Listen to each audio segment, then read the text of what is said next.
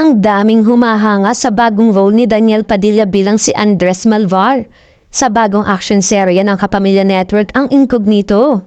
Komento ng mga netizen, ang angas umano ng dating ni DJ sa bago niyang proyekto. Kumpara sa kasama niyang lead actor na sina Richard Gutierrez, mas astig daw ang dating. Marami ang kinilig dahil pinakita ng mga karakter ni Kyle at DJ.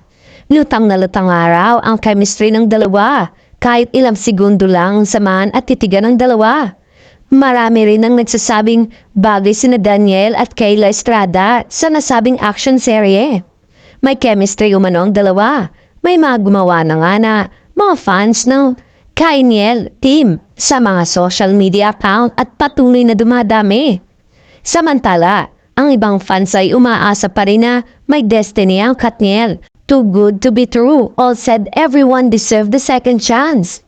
Mapapanood na rin si Maris Racal sa Incognito sa Netflix ngayong weekend. Marami nga ang abanger sa karakter niya na si Gabriel Rivera sa nasabing hit Kapamilya action serye dahil mula nga nang humereto ay ngayon pala nga lang lalabas ang karakter ng aktres. Mas lalo nga raw magiging exciting ang Incognito dahil maliban sa intense action scene ay magkakaroon na ng romance at comedy flavor ang serye.